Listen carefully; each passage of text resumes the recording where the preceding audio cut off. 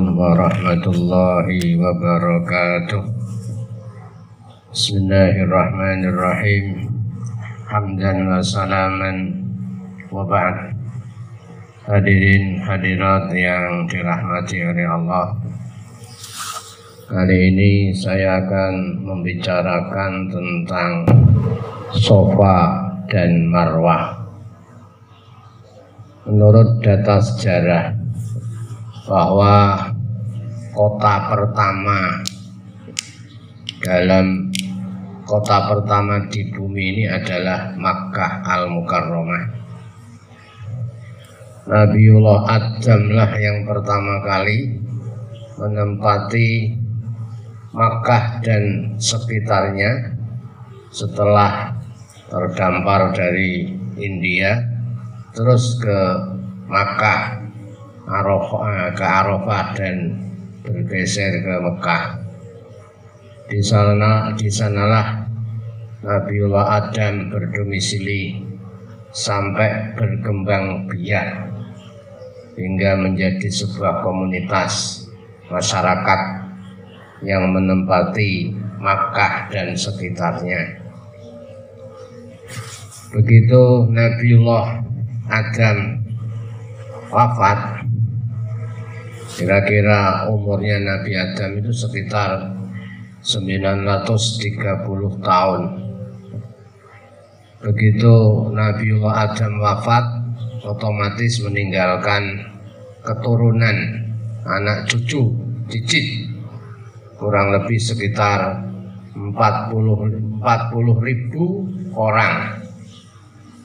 Nabiullah Adam sendiri, menurut keterangan kitab Murujud Zahab, itu dimakamkan di sekitar Masjid Al-Khaif di wilayah Mina. Kepemimpinannya langsung dilanjutkan oleh Nabi Sis bin Adam alaihissalam sampai turun-temurun, kemudian berganti lagi sampai kepada Nabi Idris, sampai kepada Nabi Nuh. Di saat kepemimpinan Nabi Nuh, saat itu terjadi kedzaliman di sana sini, pelanggaran syariat, pelanggaran dosa yang begitu masif di sana. Akhirnya Allah menurunkan bala berupa banjir bah. Banjir bah yang selamat hanya Nabi Nuh dan orang-orang yang dalam lingkarannya. Melihat data sejarah ini, berarti keturunan Nabi Adam alaihissalam sudah punah semua. Jadi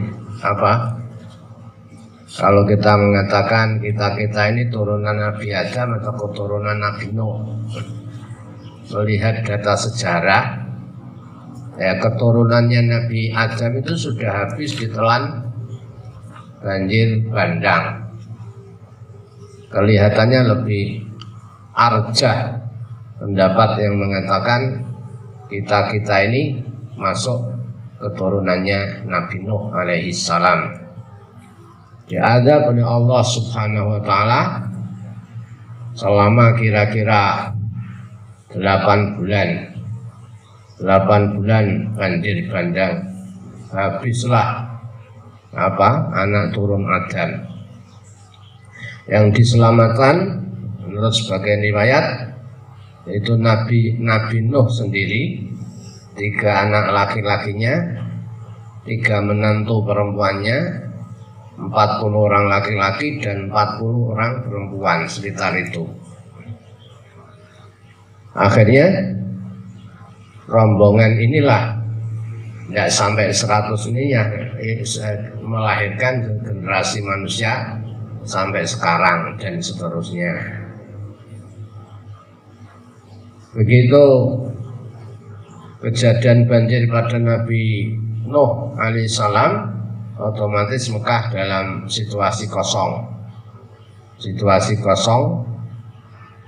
Saat itu terus Nabiullah Ibrahim datang ke Mekah bersama istri tercintanya dan berdomisili di dekat Ka'bah sana. Berangkat dari Palestina, ada yang mengatakan Palestina, ada yang mengatakan apa?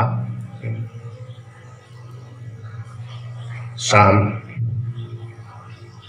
Di saat di sana dengan membawa apa istrinya yaitu Siti Hajar ditempatkan di sekitar Ka'bah sana di Hijr Ismail. Saat pernah satu kejadian Siti Hajar kehabisan bekal, kehabisan logistik, akhirnya mencari air, berlari-lari di antara Bukit Sofa dan Bukit Marwah. Saat itu Nabiullah Ibrahim terpaksa harus keluar ke mana dakwah untuk meninggalkan istri tercinta dan anaknya di tempat yang tandus itu. Terjadi drama yang sangat dramatis, sangat mengharukan. Anda bisa membayangkan seorang istri dan anak sendirian di tempat yang gersang, tandus, tidak ada apa-apanya, sementara ditinggal oleh Nabi Ibrahim. Saat itu Siti Hajar merasa keberatan sekali dan menangis. Apakah engkau diutus oleh Allah Subhanahu wa ta'ala untuk meninggalkan saya? Kata Ibrahim, iya, saya dapat mandat untuk apa? Berdakwah di sana. Terus jawabannya Siti Hajar, kalau begitu ya sudahlah, saya akan tawakal di sini, pasti Allah tidak akan menyia-nyiakan kami kalau memang itu perintah dari Allah Subhanahu wa ta'ala.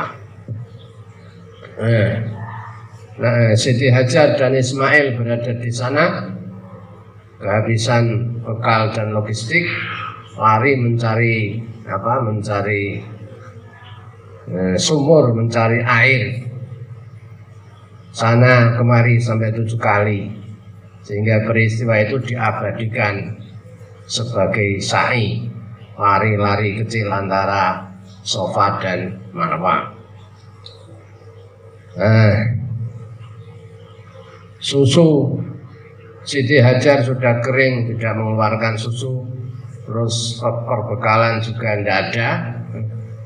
Sementara sang bayi Ismail nangis terus. Akhirnya terharu itu tadi, proses pencarian air dari Sofa ke Marwah sampai 7 kali. Akhirnya di putaran keempat itu malaikat Jibril datang menghentakkan kakinya. Alhamdulillah memancar air yang namanya air Zam-Zam yang sampai sekarang bisa dimanfaatkan oleh manusia beribu-ribu tahun dan berjuta-juta manusia tidak pernah kering, dan itu termasuk mukjizat. Mukjizat Allah yang luar biasa.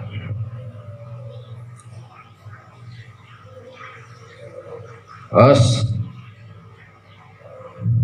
dalam ayat Ibrahim 37 ada ayat Rabbana inni askantu min dzurriyyati biwadin ghairi dzi zar'in inda baitikal muharram Rabbana liyuqimus shalah waj'al af'idatan minan nasi tahwi ilaihim warzuqhum minats tsamarati la'allahum yashkurun.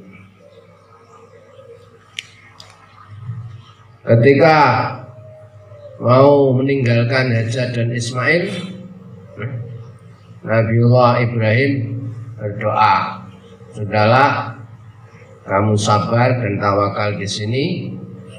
Saya hanya bisa mendoakan dengan doa ini. Rabbana, ya Allah, ya Tuhan kami, inni askantu min dzurriyyati. Aku tempatkan salah satu keturunanku, saya tempatkan istriku dan anakku Ismail di tempat biwadin, di lembah, ghairi dzi zar'in, yang tidak ada tanaman-tanamannya, kering kerontang, hampir tidak ada penduduknya. Saya tempatkan inda baitikal muharram, berada di sisi Baitillahil Muharram, rumahmu ya Allah yang dimuliakan. Semata-mata Rabbana, wahai Tuhanku, agar mereka nanti anak keturunan itu bisa mendirikan sholat, bisa meramaikan Ka'bah, meramaikan Masjidil Haram. Oleh karena itu faj'al af'idatan minan nasi tahwi ilaihim, jadikanlah hati-hati manusia, seluruh jagat, seluruh dunia bisa condong ke sini. Alhamdulillah, dengan doa ini, doanya Nabi Ibrahim, akhirnya bisa memberikan daya tarik semua manusia sejagat untuk berziarah di Baitillahil Muharram. Untuk menutup kekurangan logistik yang ada di sana, kering kerontang, akhirnya terusnya ayat warzuqhum minat thayyibat, dan berikanlah rezeki mereka dari buah-buahan. Nah, ini apa doa Nabi Ibrahim. Makanya sampai saking mandinya doa Nabi Ibrahim, sampai sekarang itu buah apa saja di Mekah itu ada, semua buah. Ya bukan karena Mekah itu apa tumbuh buah-buahan, tapi karena apa diimpor dari negara-negara yang Mekah sekarang sudah menjadi katakanlah pasar dunia yang terbesar, sehingga semuanya masuk ke Makkah Al-Mukarramah.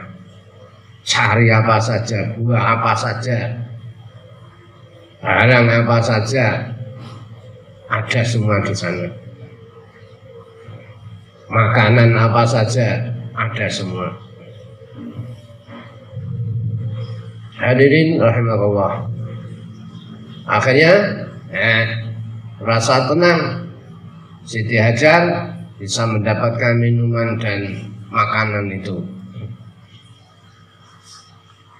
Dengan peristiwa inilah bolak-baliknya Hajar antara Safa dan Marwah diabadikan sebagai sa'i, proses sa'i. Demikian kira-kira keterangan penjelasan yang ada di kitab Al-Qira Riqasidi Ummul Qura, karangannya Imam At-Tabari yang sangat klasik, kira-kira 700 halaman. Hadanallahu wa iyyakum lima yuhibbu wa yardah. Wassalamualaikum warahmatullahi wabarakatuh.